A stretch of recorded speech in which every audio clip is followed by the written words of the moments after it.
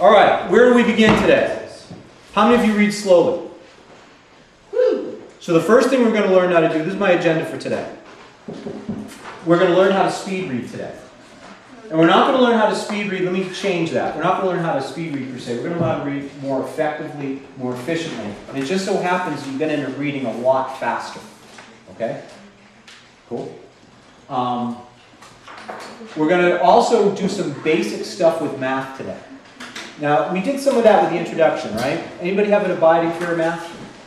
Okay. So we did some of that in the introduction. We're going to look at how to break down problems, how to find the simplicity of them. The truth is about the SAT, we talked about this during the introduction a couple weeks ago, is that none of this is really difficult unless you actually haven't had the content. It's actually all pretty simple. The problem is what they've done on the SAT. They've twisted it up to make it appear as though it isn't simple, right? I mean, that's sort of the nature of the thing. As you're taking it, you find your mind being twisted up. And they've done that deliberately, and done that deliberately to make their bell curve. You all know what a bell curve is, right? Yeah. So when you look at the bell curve of the SAT, typically, you know, the bell curve, this is what median is. So that's pretty much the middle. If you have 100 people taking it, it's the number that's pretty much smack dab in the middle. It's also basically the average. Somewhere around 500, somewhere around 550. So what makes the difference here?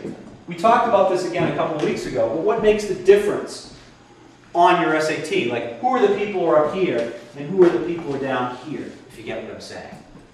Like, is it just about skill? Is it about how much math you know? Is it about how well you can read? Is it about how well you can write? What is this test really testing? Yeah. Well, you were talking about how it pushes like your limits, like the limits of what you can do. The limits of your processing a lot of the time. What you're going to notice, this is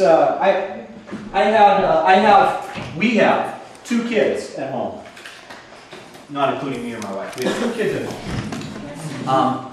One of them's 9, the other one is 4. And when my 4-year-old was 2, I teach a lot over at the Barnes & Noble over at New Hope Commons. I do a lot of private work there. And when he was 2, he went over to the train section. Did I tell you this? Yeah, I'll give it to you again. Right? Let's see how different it is. For the camera. See how different. It's not going to be different at all. It's going to be exactly the same. Change it. When we're talking consistency, I'll change it. I'll change the color. I change the colors of my markers. You know. So he goes over. He goes, Daddy, train. He's going to take the trains from the little bench and bring them over to the table. And he takes one in his hand, takes the other train in his hand, takes the next train in his hand, and picks that train up. Right? And this kid is going to be at this pretty much all day long, isn't he, right? Why? Because he's special. It's actually not because he's special. It's true, he is special. But he's going to be at this all day long because he doesn't realize that he's exceeding the limit of his capacity. He doesn't realize that. He thinks he's actually getting something done. Now, when I say the limit of his capacity, I mean how much he can actually hold in his hands. You're going to notice this all the time in the SAT, that apparently your mind's running around and running around and running around. The problem isn't that you can't handle the problem. The problem is that you have exceeded your capacity. That is, like on a computer, you exceed the capacity of the RAM and the computer just shuts down, the computer just stops, or the computer slows down like significantly. The same thing happens to your mind. So as you get more mature, as my 4-year-old develops, he turns into a 4-year-old, turns into a 5-year-old, he learns, he matures, and he finds his own capacity, he becomes aware of it. Now, when he picks up pens, he realizes as soon as he tries to put too much in his hand, he can't carry anymore. He puts that one down, puts them down, comes back, and he gets a couple more.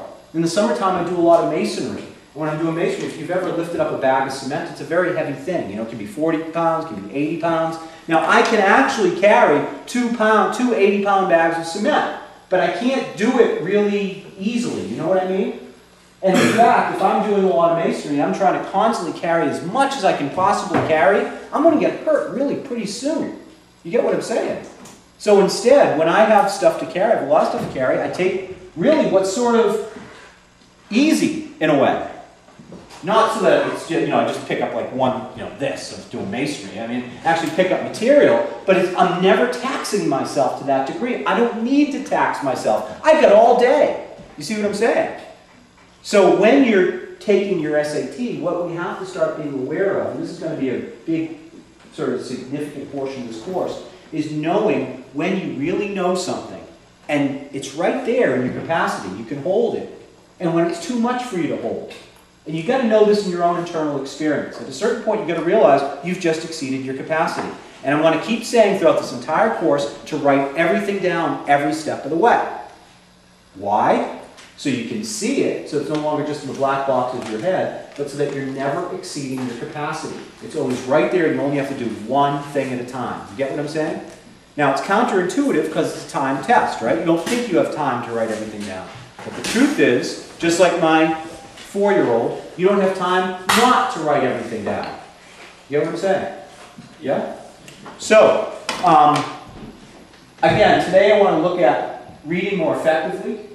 Apparently speed reading, but I call it phrase reading. We're going to take a look at how to do math more effectively. And we're going to take a look at vocabulary, how to learn some vocabulary.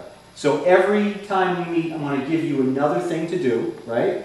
The homework for the class is going to be really fairly minimal. I'm going to have you do practice sections at home, but I want anyone to ever work, not ever, most of the time, not work more than 20 or 30 minutes a night for this class.